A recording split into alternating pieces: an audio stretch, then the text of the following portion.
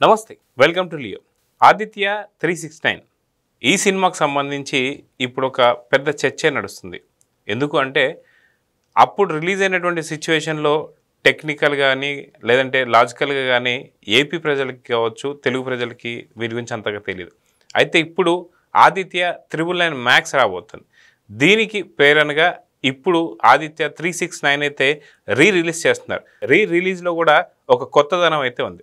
అయితే దీని నుంచి మనతో మాట్లాడడానికి సీనియర్ జర్నలిస్ట్ హేమసుందర్ గారు ఉన్నారు. వాళ్ళని అడిగి తెలుసుకుందాం. సార్ నమస్తే. నమస్తే అండి. సార్, ఆదిత్య 369 ఈ సినిమాకు సంబంధించి ఎన్నో ప్రత్యేకతలు. అక్కడ చూసుకుంటే మనకి హీరో అయినటువంటి తరుణ్ని చూస్తాం, అదేవిధంగా చూసుకుంటే శ్రీకృష్ణదేవరాయల తరాన్ని చూస్తాం, రాబోతున్నటువంటి ఒక తరాన్ని కూడా మనం చూస్తూ వస్తుంటాం. సో అప్పుడు రిలీజ్ అయినప్పుడు దీనికి అప్పటికే మంచి ఆదరణ అయితే లభించింది. ఒకవేళ అదే సినిమా ఇప్పుడు రిలీజ్ అయితే ఎలా ఉండేది? ఇప్పుడు దాని గురించే 4K వర్షన్లు అయితే రిలీజ్ చేస్తారు. సో రిలీజ్లో కూడా చాలా రకాలైనటువంటి కొత్త అంశాలు అయితే మనకు ఉన్నాయి. సో మొత్తానికి ఆదిత్య 369 గురించి మీ మాటల్లో ఏం చెప్తారు? అంటే బాలకృష్ణ సినిమాల్లో ఒక కళాఖండంగా చెప్పాల్సి వస్తుంది. మొట్టమొదటి సైంటిఫిక్ మూవీగా చెప్పాల్సి వస్తుంది. ఎందుకంటే ఆ టైంలో ఆ రోజుల్లో ఇలాంటి ప్రయోగం చేయటం అనేది అప్పట్లో కొత్త ప్రయోగంగా చెప్పాలి. సంగీతం శ్రీనివాసరావు గారు అంటేనే ఒక ప్రయోగం. ఆయన పుష్పక విమానం అనే పేరుతో మాటలు లేకుండా కమల్ హాసన్తో చేసిన మన ప్రయోగాలు చేసి చాలా ప్రయోగాలు చేశారు ఆయన. అందులో బాలకృష్ణతో ఒక ప్రయోగం చేయటం, పైగా అదేంటంటే టైం ట్రావెల్ కథాంశం. ఇవాళ మన కల్కి లాంటి మూవీస్ లేకపోతే హాలీవుడ్లో టైం ట్రావెల్ కాన్సెప్ట్లో మూవీస్ ఉన్నాయి, కానీ తెలుగులో ప్రయోగాలు ఏం చేయలే. అట్లాంటి మొట్టమొదటి ప్రయోగం టైం ట్రావెల్ ప్రయోగం తెలుగులోనే చేయటం అనేది ఒక విశేషం అని చెప్పాలి. పైగా హెచ్జి వెల్స్ టైం మిషన్ అనే ఒక నావెల్ని బేస్ చేసుకుని ఒక మన కథని మన నేటివిటీ తగ్గట్టుగా శ్రీకృష్ణదేవరాయల కాలానికి 1500 సంవత్సరాలకి ఆ టైంకి వెళ్ళటం, అక్కడి నుంచి మళ్ళీ ఫ్యూచర్కి వెళ్ళటం, వర్తమానంలో రావటం, వజ్ర దొంగతనం, ఇట్లా ముడిపెట్టి కథను అల్లుకుని చేయటం ఈ సినిమా ప్రత్యేకత. దాన్ని ఇప్పుడు 4K వెర్షన్లో 5.1 సౌండ్ సిస్టంలో రిలీజ్ చేయడం ఇంకో ప్రత్యేకత.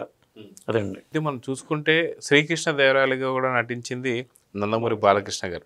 So double action.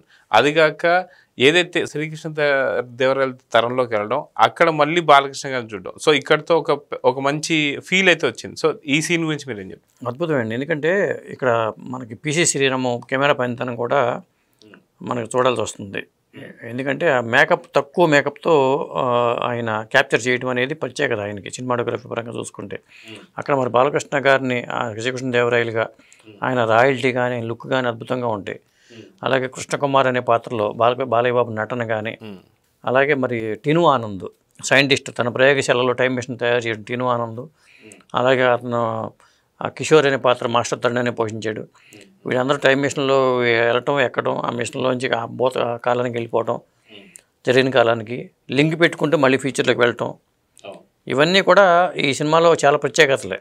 మనకు ఉన్న టెక్నాలజీలో అప్పుడు విఎఫ్ఎక్స్ ఇలాంటివి లేవు కాబట్టి ఆ లేని రోజుల్లో ఇలాంటి ప్రయోగం చేసి సక్సెస్ అవ్వడం అనేది గొప్ప విషయం. సంగీతం గారు ఆ విషయం సక్సెస్ అయ్యారు. పైగా పాటలు కూడా ఇళయరాజా గారి సంగీతంతో పాటలు కూడా పెద్ద హిట్ ఈ సినిమాలో. అయితే మనం ఈ సినిమా గురించి చూసుకుంటుంటే చాలా రకాలైనటువంటి విశేషాలు అయితే ఉన్నాయి. అయితే ఈ సినిమా రిలీజ్ అయ్యేటానికి గతంలో కూడా తెలుగు సినిమాకి సంబంధించి ఇలాంటి సినిమాలు ఎవరు తీయలేదు. ఈ సినిమా రిలీజ్ అయిన తర్వాత కూడా మళ్ళీ అలాంటి సినిమాలు దాని దరిదాపుల్లో అయితే రాలేదు. సో దీనికి ఖచ్చితంగా ఒక మంచి పోటీని ఇచ్చింది మాత్రం బాలకృష్ణ గారు అని చెప్పుకోవాలంటారు. ఖచ్చితంగా. ఇప్పుడు అందుకనే కదా బాలకృష్ణ గారు కూడా దీన్ని సీక్వెల్ చేద్దామని ఆలోచన రావడం కారణం ఏంటంటే తను చేసిన సినిమాల్లో ఇది ఒక ప్రయోగం. ఇప్పుడు భైరవ ద్వీపం ఎట్ట ఒక ప్రయోగమో ఇది కూడా ఒక ప్రయోగమే. ఎందుకంటే వాళ్ళ నాన్నగారు ప్రయోగాలు చేశారు, ఈయన చేస్తున్నాడు. ఇంకొకటి ఏంటంటే ఈ సినిమా రేపు ఏప్రిల్ 11 ఫస్ట్ వచ్చింది. ఇప్పుడు ఏప్రిల్ 11 కాదు, ఏప్రిల్ 4వ తారీఖు రిలీజ్ చేస్తున్నాం అనేది లేటెస్ట్ సమాచారం. కాబట్టి మనం ఏప్రిల్ 11 వరకు వెయిట్ చేయకుండా ఏప్రిల్ 4నే మనం ఆదిత్య 369 సినిమా చూడొచ్చు.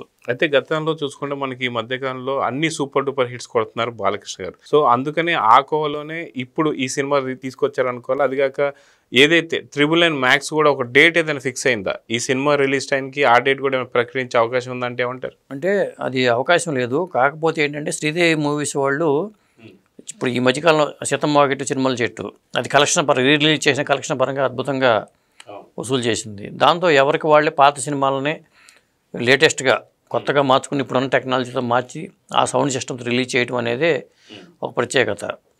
చాలా సినిమాలు భవిష్యత్తులో కూడా ఇలా రాబోతున్నాయని చెప్పుకోవాల్సి వస్తుంది. ఈ సినిమా శ్రీదేవి మూవీస్ వాళ్ళు అప్పుడు శివలంక కృష్ణప్రసాద్ గారు ప్రొడ్యూసర్గా, ఆయన తర్వాత బాలు గారు కూడా దీంట్లో భాగస్వామిగా ఉండి అప్పుడు చేశారు ఈ సినిమాని. సో మొత్తానికి ఈ సినిమాకి సంబంధించి కొత్త కొత్త అప్డేట్స్ అయితే వస్తున్నాయి. అదిగాక 4K వర్షన్ కావచ్చు, దీనికి సంబంధించి టెక్నికల్గా చాలా రకాల రూపుదిద్దుతామని చెప్పి తెలుస్తుంది. సో ఈ సినిమా మళ్ళీ ఎందుకు చూడాలి అంటే మీ సమాధానం? అంటే ఇప్పుడు రావాల్సిన సినిమాని అప్పుడే తీయటం అనేది ఒక ప్రత్యేకత.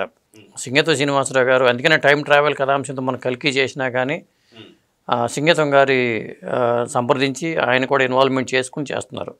అంటే టైం ట్రావెల్ కథాంశాలు చేసేటప్పుడు కొద్దిగా సింగీతం గారు దీని మీద వర్క్ చేశారు కాబట్టి ఒక విధంగా ఏంటంటే ముందు చూపంటాం కదా, దూరదృష్టి ఎక్కువ ఆయనకి సింగీతం గారికి.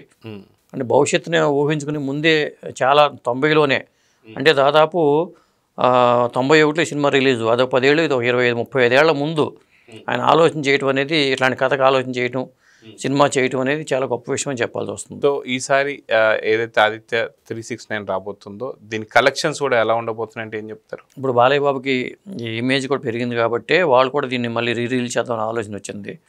వరుసపెట్టి మన డాకు మహారాజ్ కానీ, అంతకుముందు వచ్చిన అఖండ, వీరసింహారెడ్డి, భగవంత్ కేసరి, ఇట్లా 4 సినిమాలు వరుసపెట్టి హిట్లు రావటం. ఈ నేపథ్యంలో బాలయ్య బాబు మళ్ళీ ఆదిత్య 999 మ్యాక్స్ అనే సినిమా చేద్దాం అనుకోవటం, ఈ నేపథ్యంలోనే వాళ్ళు దీన్ని 4K వర్షన్ రిలీజ్ చేయడం అనేది జరుగుతుంది. సో చూద్దాం సార్, మొత్తానికి ఆదిత్య 369 ఒక మళ్ళీ రిలీజ్ కాబోతుంది. దానికి సంబంధించి అన్ని కూడా పూర్తి హంగులతో రాబోతుంది. సో చూద్దాం ఎలా ఉండబోతుంది. నమస్తే. నమస్తే.